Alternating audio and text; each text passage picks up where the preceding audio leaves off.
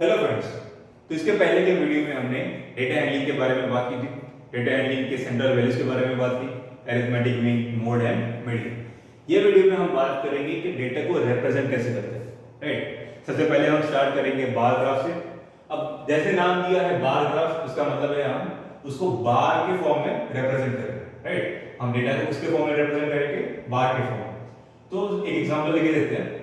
A survey is conducted to ask people their favorite ice cream flavor. Okay, कोई company होगी, उसने एक survey conduct किया लोगों को ये पूछने के लिए कि भाई आपका फेवरेट आइसक्रीम फ्लेवर कौन सा है। उन्होंने पूछ के जो डेटा है हमें ये टेबुलर फॉर्म में दिया गया कि वेनिला 50 लोगों को पसंद है, chocolate is like by 76 people, mango 85 लोगों को पसंद है, उससे ज़्यादा पिस्ता 64 पीपल को पसंद है। So represent data using a bar graph. अब हमें यही डेटा को बार ग्राफ के फॉर्म में रिप्रेजेंट करना है।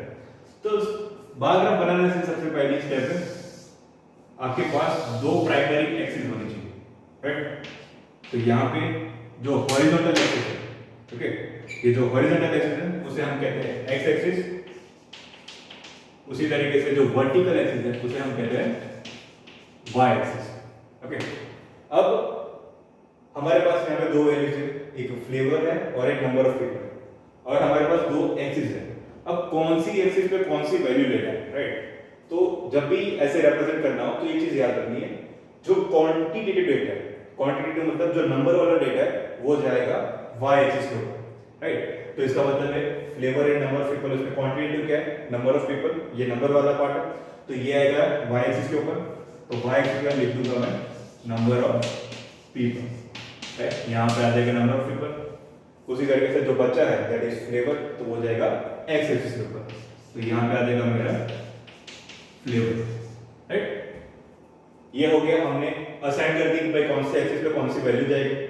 अब 50, 76, 85, 64 ये हम कैसे लिखेंगे वाई एक्सिस के ऊपर, हमें ये देखना है। राइट, अब मैं 1 1 से स्टार्ट करूंगा कि भाई 1 2 3 4 5 6, तो ये तो भाई 85 तक जाना है, तो वो पॉसिबल नहीं है। तो सारी वैल्यूज यहां एक समान अंदर आ जाए, तो उसके लिए हम लेते हैं स्केल। राइट, सारी वैल्यूज हम इसके अंदर रिप्रेजेंट कर ले, उसके लिए हम कोई स्केल लेंगे।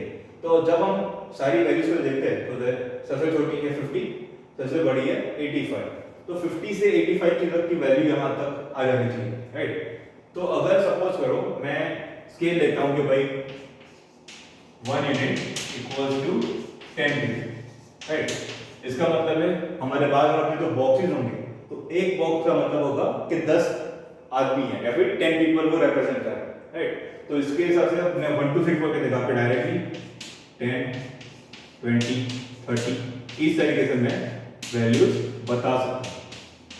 राइट, 70 80 और ये 90। ओके, तो ये हो गई स्केल। स्केल हमने इसलिए ली क्योंकि हम 1 1 करके रिप्रेजेंट नहीं कर सकते, 85 तक जाना था, तो हमने यूनिट ले लिया 1 यूनिट इक्वल्स टू 10 पीपल। तो 1 2 3 4 की जगह पे हम डायरेक्टली 10 20 लेके बता सकते हैं। तो यहाँ पे अब मैं 0 to 100 पीपल को रिप्रेजेंट कर सकता हूँ। ओके, ये हो गई नंबर ऑफ पीपल के बारे में। फ्लेवर के बारे में तो सबसे पहले मुझे रिप्रेजेंट करना है वेनिला को। अब वेनिला को रिप्रेजेंट करने के लिए 50 पीपल चाहिए, तो हम देख लेते हैं यहाँ पे।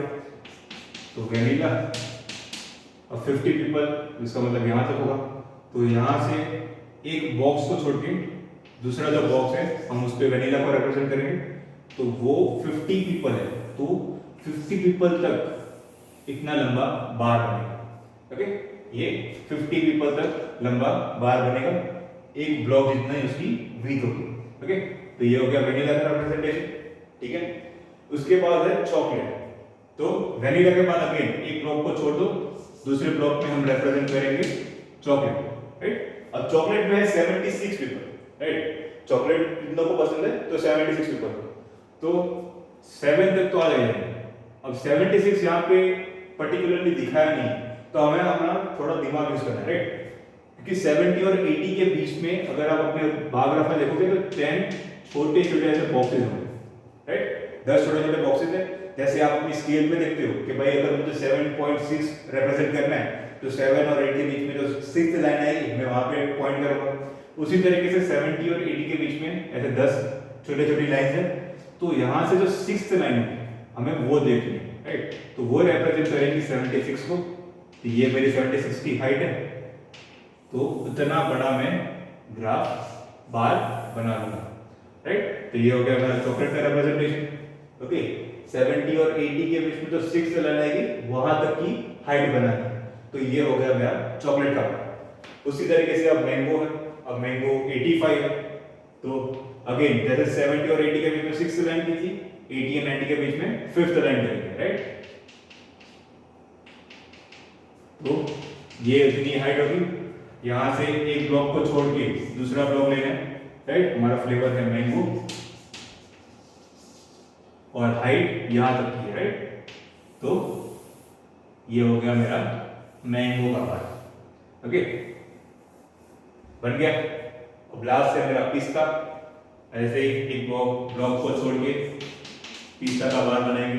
पिस्ता में है 64 पेपर, राइट। तो इसका मतलब है 60 और 70 के बीच में, और 60 के बाद चौथी लाइन, राइट। तो चौथी लाइन देखेंगे, तो यहां तक इसकी हाइट है, तो बनाने के बाद तो ये हो गया पिस्ता का बार, राइट। एकदम सिंपल है। हमने यही डेटा को, हमें जो सर्वे में जो डेटा दिया है, हमने उसी को रिप्रेजेंट किया है बार ग्राफ के फॉर्म में, राइट।